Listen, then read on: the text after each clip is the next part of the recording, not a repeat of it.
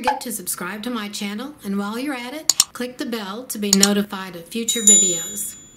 This block is called More Confetti, and it's a 12-inch finished block.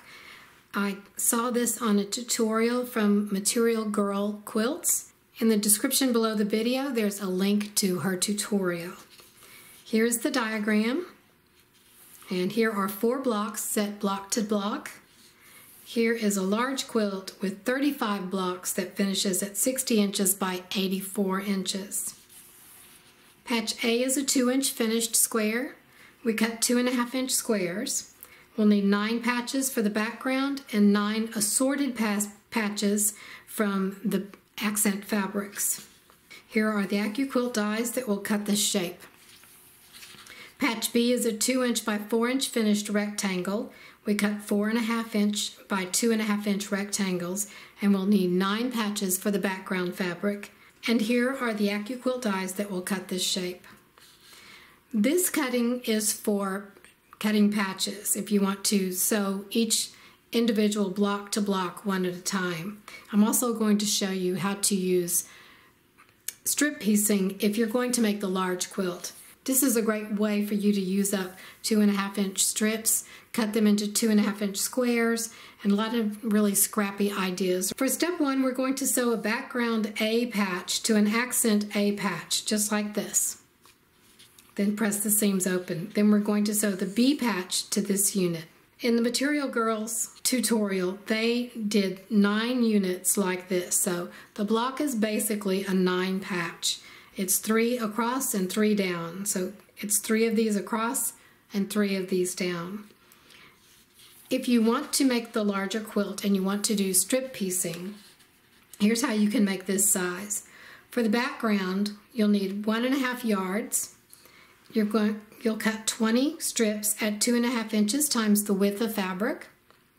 And for the accent fabrics, you're going to find assorted fabrics. So you can have 10 fabrics and have 2 strips from each. You can have 20 fabrics and have 1 strip from each. However you want to do it. And you can even do half strips as well.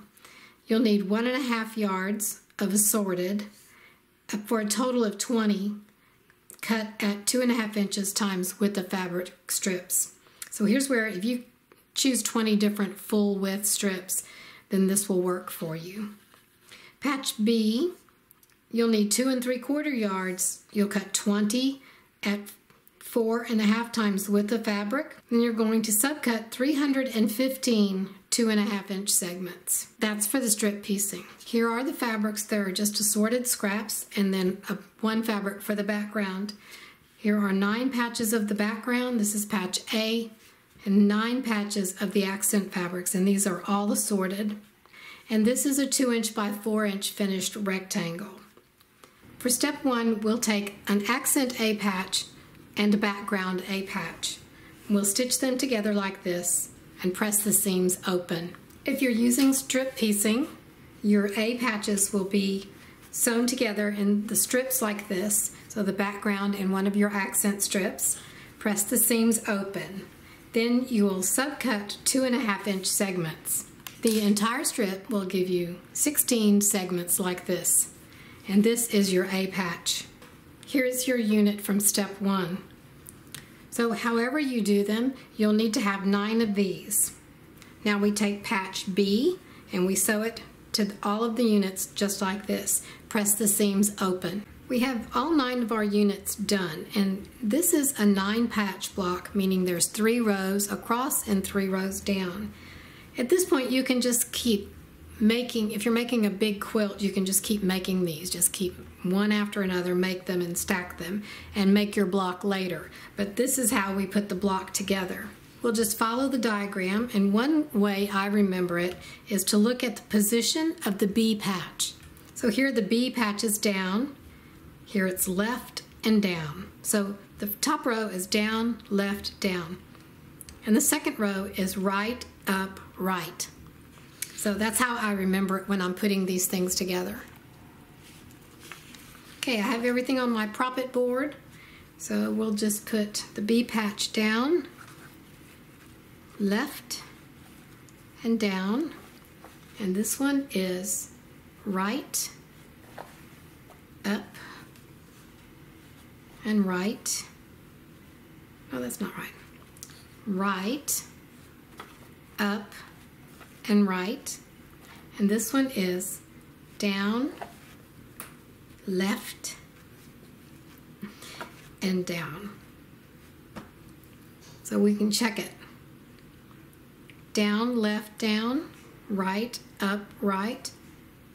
And see, this is wrong. Down, left, down.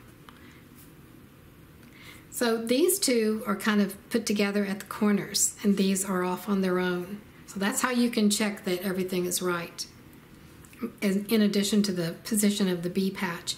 At this point, you'll also want to check to make sure you're happy with the block placement. And these look too close to the same, so I'm going to trade this out for this. But now I don't like that, so I'm going to trade this out for this. Okay, I'm happy with that. So you'll just sew the top units into a row, the middle, and the bottom. Press your seams open, then sew the rows together.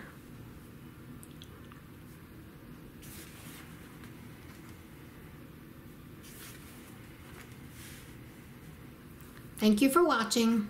Don't forget to subscribe to my channel, and while you're at it, click the bell to be notified of future videos.